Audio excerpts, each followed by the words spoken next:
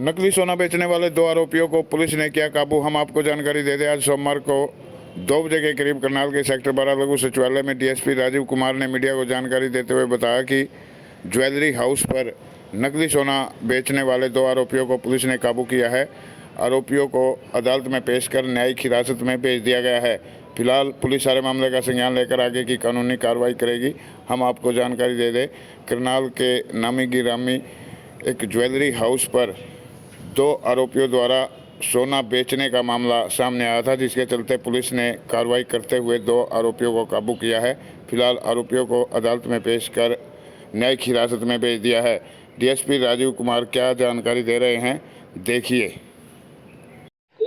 7 अप्रैल 2026 को पुलिस के पास एक आधिकारिक सूचना आई थी, जिसमें जो मिस्टर यतिन गोयल हैं ओपीएस के वाले, उन्होंने एक पुलिस को इन्फॉर्मेशन दी थी कि कुछ लोग हैं जो लगातार उनकी शॉप पे आ रहे हैं और सोना बेच के और वहाँ उनके साथ धोखाधड़ी कर रहे हैं। सोना एग्जैक्ट जो वेट होता था सोने का, वो उसके बदले पैसे या प्योर सोना ले जाते थे, परंतु उसके अंदर रांग भरी होती थी। और जब मशीन से उसको चेक करते थे, वो प्योर गोल्ड जो उसकी क्लैरिटी होती है उसके अकॉर्डिंग वो दिखता था, परंतु बाद में जब उसको काट के देखा गया और जब उसको पिघलाया गया तो उसमें ये सामने आया कि इसके अंदर रांग भरी हुई थी। फॉर इंस्टांस बता देता हूँ, जैसे कोई 12 ग्राम की चीज़ वो बेच के गए हैं और उसको उसके बदले 8 ग्राम का वो सोना लेके 4 ग्राम के पैसे भी ले जाते थे, परंतु जब काट के देखा गया अंदर वो कोई मेटल या कुछ और ऐसा भरा है जो गोल्ड नहीं था। और ये 4-5 बार उनकी शॉप पे आए, उनके साथ धोखाधड़ी की। लगभग 66 ग्राम के करीब की सोना उनका कि उसकी इन्होंने फॉर्जरी की है, जिस पर पुलिस ने एक एफआईआर दर्ज करके और माननीय पुलिस अधीक्षक महोदय ने क्राइम टीम हमारी जो सीआईए 3 है उसको इसका अन्वेषण दिया और उन्होंने इस पे कार्रवाई करते हुए दो आरोपियों को 8 तारीख को गिरफ्तार किया है, जिसमें एक लड़की खुशी अरोड़ा है और दूसरा सर्वपाल सिंह, ये दोनों बाप बेटी हैं। इनको गिरफ्तार किया है और गिरफ्तार करने के बाद जो सर्वपाल सिंह है इसमें आरोपी, उसका 4 दिन का पुलिस रिमांड लिया था और ड्यूरिंग रिमांड उससे 56 ग्राम सोना पुलिस ने रिकवर किया है और टोटल 66 ग्राम सोना गया था। और अभी इन्वेस्टिगेटिंग ऑफिसर ने यह भी बताया है कि जो पेंडिंग इनका गोल्ड था उसकी अमाउंट एक्यूज्ड ने जो ऑनर हैं उनके खाते में ट्रांजैक्ट करा दी, हालांकि उसकी पुष्टि करनी अभी बकाया है। तो ऑलमोस्ट कंप्लीट रिकवरी पुलिस द्वारा की गई है। 8 लोगों की इन्वॉल्वमेंट इसमें प्रथम दृष्टया सामने आ रही है। 2 लोग गिरफ्तार हो चुके हैं। 6 लोगों की गिरफ्तारी के लिए भी पुलिस प्रयासरत है और जल्दी उन लोगों को भी गिरफ्तार कर लिया जाएगा। में गए हैं करनाल में सर, वहां भी सोना बेचा इन्होंने। अभी तो जो हमारे सामने आया है कि इस शॉप में मल्टीपल टाइम्स गए हैं, कंप्लेंट इन्हीं की तरफ से आई है। जो सर्वपाल है इसका आपराधिक रिकॉर्ड बड़ा वास्ट है, ऑलमोस्ट मोर 50 के करीब केसेस इसके ऊपर दर्ज है, जिसमें मर्डर भी हो गया, पुलिस के ऊपर फायरिंग का भी है और चोरी के मुकदमे भी इसके ऊपर दर्ज हैं। और ये भी यहाँ की घटना में आया था और इसका रिमांड पुलिस ने 4 दिन का रिमांड लेके और रिकवरी करके इसको आज जुडिशियल कस्टडी के लिए भेज दिया है। सोना ले लेना बिना बिल के वो वाजिब है? नहीं, जो इन्वेस्टिगेशन में सामने आया है कि जो इन्होंने बिल जिससे सोना लिया है उसके बिल वगैरह दे रखे हैं। बाकी सोना खरीदा देता है मल्टीपल टाइम्स में बता दूं, जैसे इसमें एक लड़की है, एक लेडी है और फिर वो पहले एक आता दूसरा आता था तो लगता है कि फैमिली है और वो लगता भी सही था। और सबसे बड़ी बात है कि गोल्ड जो है वो मशीन से टेस्ट करने पे ये आता था कि इसका वेट और ये क्लैरिटी है, पर जब उसको कट करके या उसको गला के देखते थे अंदर रांग भरी होती थी।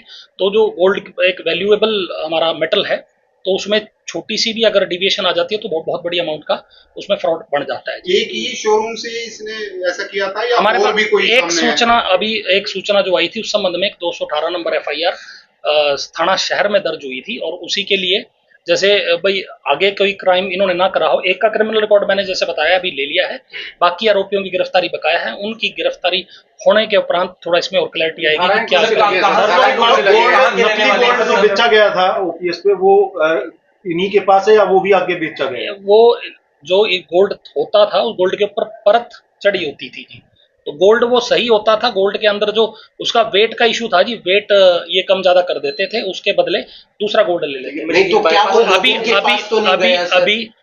अभी इस बात की कि ये चोरी का माल था नहीं, वो कोई भी कहना अतिशोक्ति होगी। It is a matter of investigation.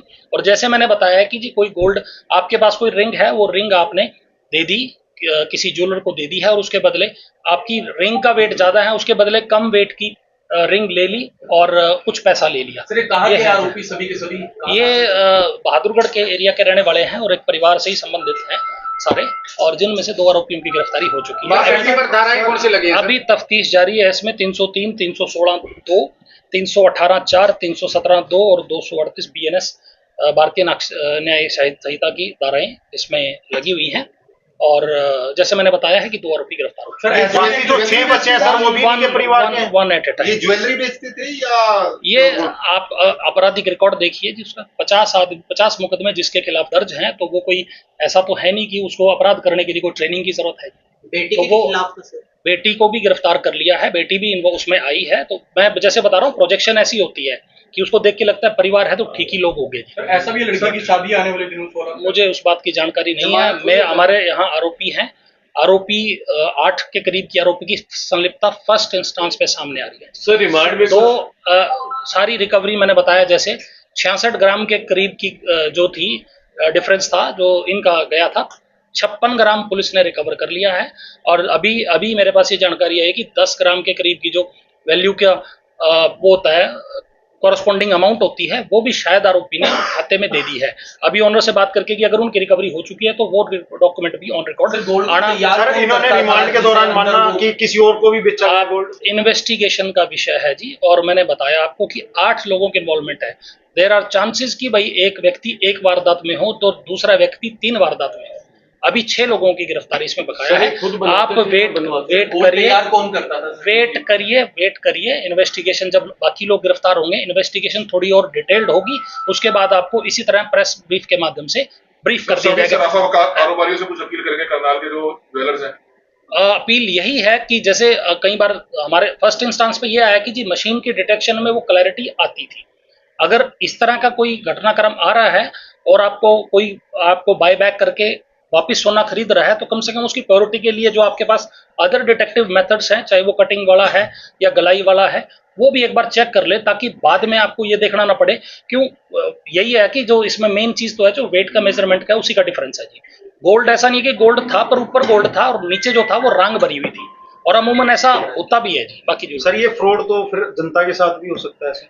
वो हमारे पास मैंने बताया कंप्लेंट जो है मिस्टर यतिन गोयल उनकी तरफ से आई थी, उनके साथ फ्रॉड हुआ। पुलिस ने इन्वेस्टिगेट करके और इनको अपना जो आरोपी थे इसमें, उसका सीसीटीवी प्रमाण भी है जी। ऐसा नहीं है कि फ्रॉड अपना किसी के साथ नहीं हो सकता। सीसीटीवी प्रमाण है उसका, लोग आ रहे हैं जा रहे हैं और वो गोल्ड लेके जा रहे हैं। तो पुलिस ने उसी को कनेक्ट करते हुए जो सूचना आई थी पुलिस के पास, उस पर इन्वेस्टिगेट करते हुए 2 आरोपियों को एक गिरफ्तार चीज किया। क्लियर कर दीजिए सर, क्या वो वाला गोल्ड जो इन्होंने बेचा था असली नकली जो भी था, क्या वो पब्लिक के पास गया है या नहीं गया?